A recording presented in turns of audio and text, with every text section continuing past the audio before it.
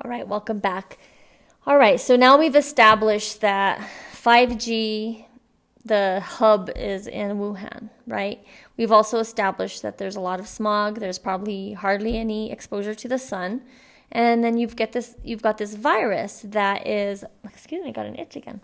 This virus that is released or accidentally or purposely or whatever the story is. But anyway, there's this virus that's now affecting all these people and they're experiencing these respiratory issues and they're saying it's because of the virus. The virus is causing them, which may or may not be true again. It sounds to me like they have narrowed down that this virus, the COVID-19, what they call COVID-19, originally I had read and heard that it was called that because it was this novel virus that came about in 2019. Now I'm hearing that it's just the 19th strain of this coronavirus because a coronavirus has been around for pretty much forever, right? If you look at your Lysol cans and all that, people thought it was a big conspiracy because it said that the Lysol or these disinfectants could kill coronavirus, and they were thinking, oh my gosh, they predicted it. Well, no, it's not that. Coronavirus is the name of the common cold, and so obviously this is just their official scientific name for it. Okay, so this coronavirus, COVID-19, is supposedly new, whether it's a new strain or what they're saying is it came from animals. You can believe that or not, because some people are saying it was created in a lab, that there's actually a patent on it.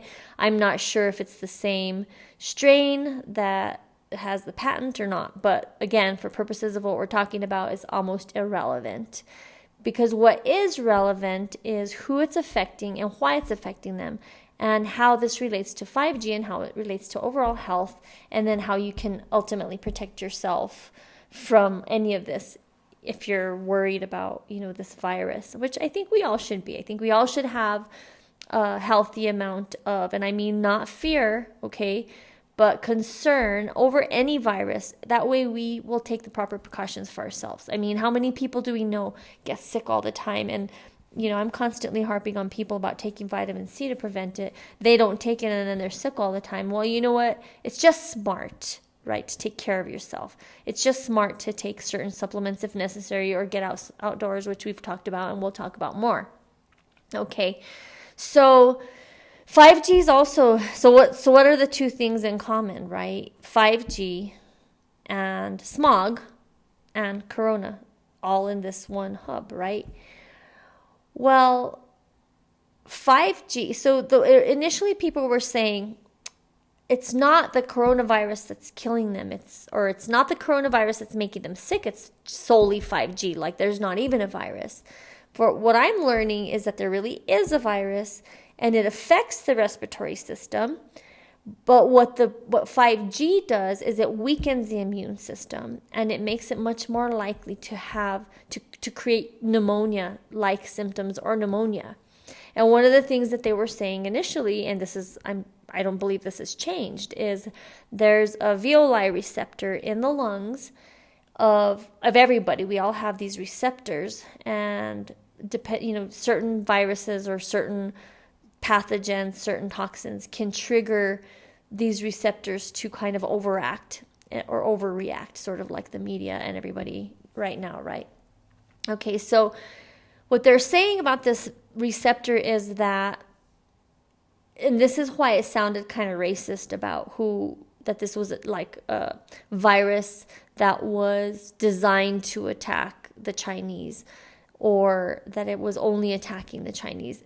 And so we know, like, there's genetics involved, and we know that certain illnesses are more prevalent in certain races. So this was maybe a little bit of a racist virus, but I don't think so based on the information.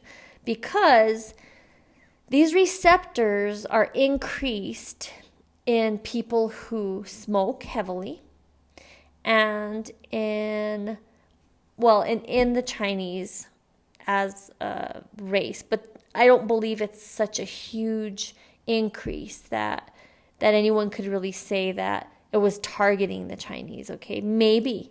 And to be honest, based on what I know about the Chinese government, the Communist Party, they would do something that sinister. And if you want more information, just let me know. I will share more information on that. I have listened to some YouTube videos from people in the know that basically say they are ripping organs out of the political opposition. Look into the Falun Gong, and that how they're like political prisoners or political attack. They attack them, right? And they do really vicious things like that. So I would not be surprised at all that they would do this to their own people. Whether they did or not, again, is neither here nor there. But what we do know is that this virus targets these receptors, and that's what creates the pneumonia.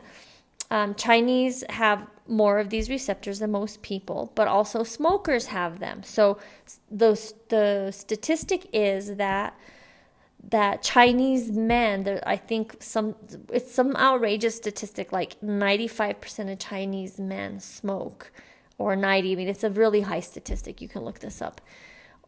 Contrast that to people in America or American men or American women.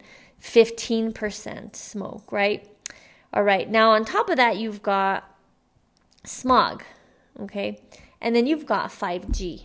All right. So they were like the prime target. So whether they were really melting in the streets or melting internally or whatever, again, we were not really sure. However, what I know of 5G almost makes it sound plausible, because think of energy as your microwave. I mean, think of radiation, radioactive materials. We already know what it can do. If you're from around here where I'm from, and if you work at, for example, a national laboratory where they work on radioactive materials, you've taken training up the rear end to teach you what happens when you're exposed to this high energy, right? Now, 5G is not high energy, it's low energy, but at such high concentrations, it can act that way on certain cells. And why is that? Well, the reason is because we are not adapted to that kind of energy. We're energetic beings. Everything around us is energy. Everything we see, everything we touch, whether it's inanimate or animate, whether it's your dog, you, a plant, it's alive, the trees, everything has energy. Or if it's your table, that's also energy. It's just a tighter compact of frequency. It's just existing at a different frequency. Our minds, our brains, and our eyes and our ears can sense ranges of energies, whole ranges of energies, and our sense of touch, right, can sense a certain range of energies. So it's all energy. Basically, we're just energy, period. When you start messing with that, using unnatural forms of energy, non-native EMFs, what they call electromagnetic pollution or electromagnetic frequencies, and especially without knowing, which they really don't. They don't know what they're doing. They've been bombarding us with technology for decades now without even really knowing what it's going to do to us. And so because it's invisible, you don't see energy, right? Again, let's go back to the topic of radioactive materials and things like criticality incidents, right? A criticality incident happens when you have certain shapes with radioactivity put too close together. It can actually cause like an implosion, like the atomic bomb. And so when you store radioactive materials in certain forms, you have to be very careful about the type of container and the proximity you store it in and how much, right? They've learned all this, probably by trial and error, by a lot of deaths. I mean, a lot of deaths have forced them to learn this about radioactive material. So this is not much different. I mean, if you can fathom that the atomic bomb, the hydrogen bomb, what was just basically a relatively small vessel that decimated like 26,000 people and created so much damage, nobody saw that energy. You can see like the blast flattening things, right? but you don't see the energy itself. It's no different. When you don't see the energy around you and what's happening, you don't know what it's actually doing to you. We're sitting here right now. I'm sitting here in a room where I have a Wi-Fi, right? And I can access that Wi-Fi from pretty much anywhere, any location. What does that mean? Those signals are passing through me. I'm not necessarily deflecting them. Now, some signals are deflected, and again, you learn this if you work at a national laboratory. Certain types of ionizing radiation can be blocked with paper, or they need lead, right? They'll penetrate paper, they'll penetrate skin, whatever. All right, so that's where we are with all this. The point about 5G is it's not been adequately studied, just like the radiation wasn't, and they used people as guinea pigs. Well, we're basically all guinea pigs right now. And so if you really think about what happened in Wuhan and the question of was it the virus or 5G, well, that is really kind of anyone's guess, because from what I understand, that's been like the largest rollout of 5G in the whole world. And incidentally, the next largest rollout of 5G, supposedly, again, I haven't verified this, but this is what I've heard, was in Italy. So now this so-called epicenter has moved to Italy. When the virus came to America, to the United States, it settled in Washington State. Okay. Now, I'm not sure what the status is there of 5G. It may or may not be large. I also know that, there have been several cases of coronavirus there, and most deaths in the United States have happened there. Now, let's put this in context, though. As of right now, I believe the death toll is around 63, which over the whole country, all the population. My state, I've heard that they're testing, and there are so many that have tested positive. Now, is that cause for alarm?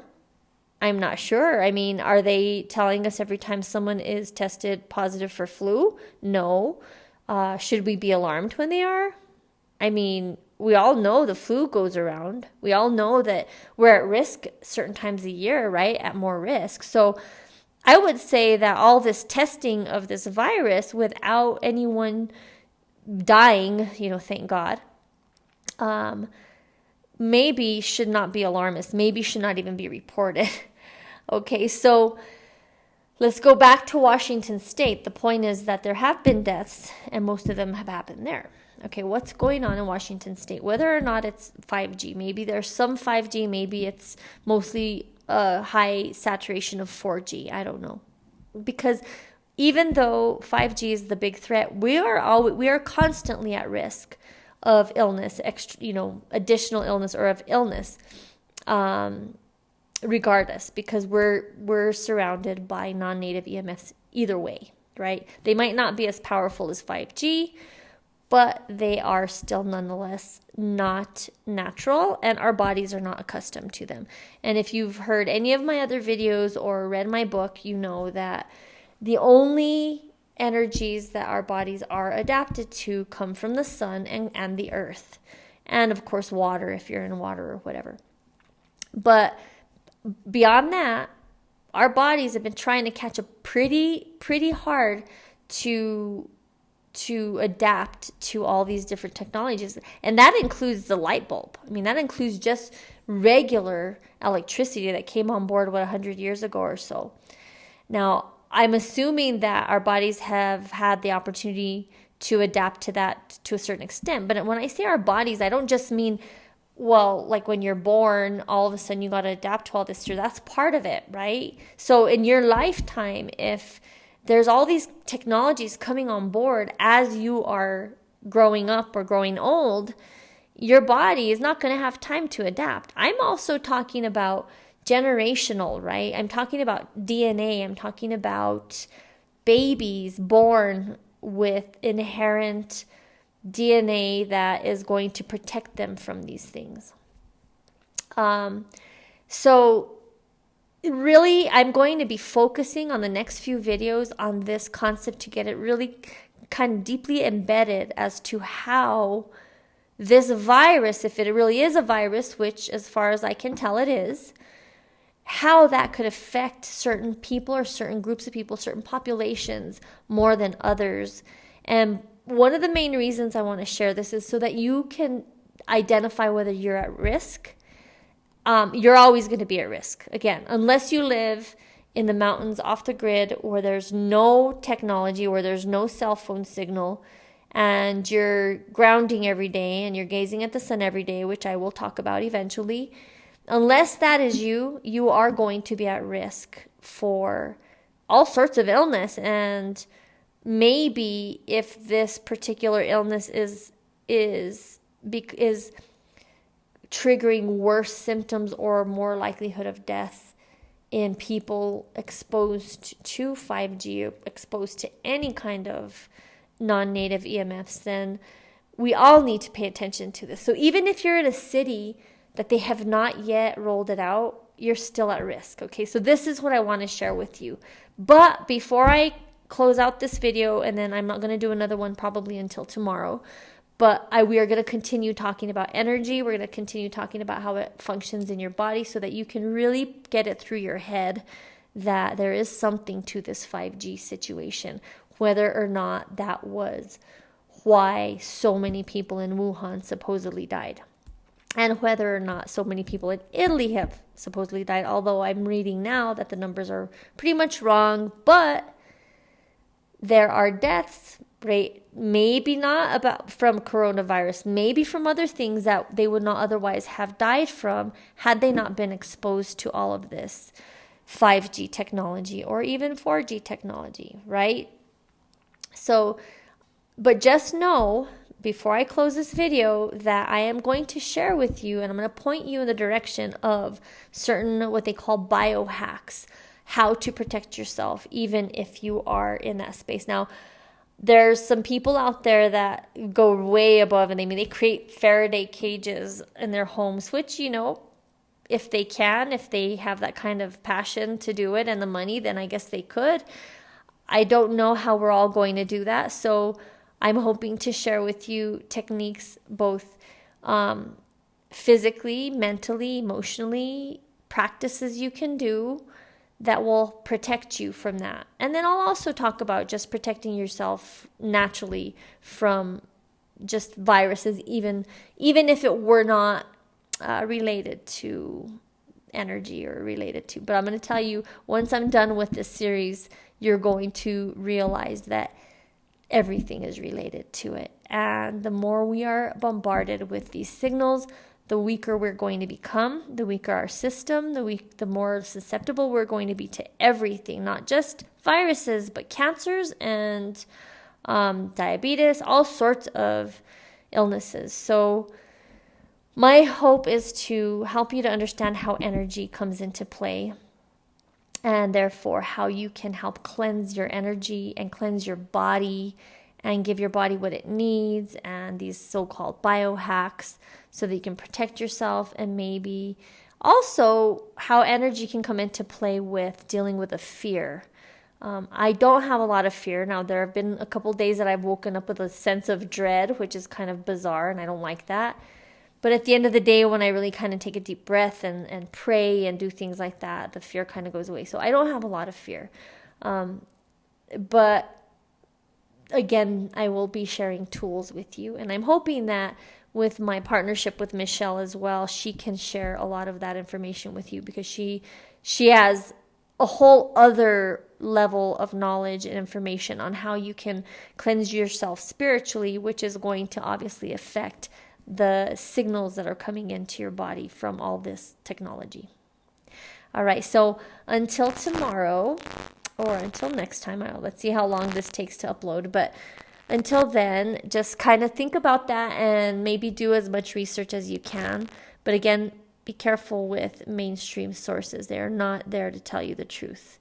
And if you have any questions, always reach out to me. I can send you some of my sources and who I trust to get some pretty accurate information. And a lot of it is common sense and intuition. So if you read my book, if you don't have it yet, consider picking it up, because it's really just a way to get you to realize how energy is in everything and how it's connected to everything, both spiritually and scientifically.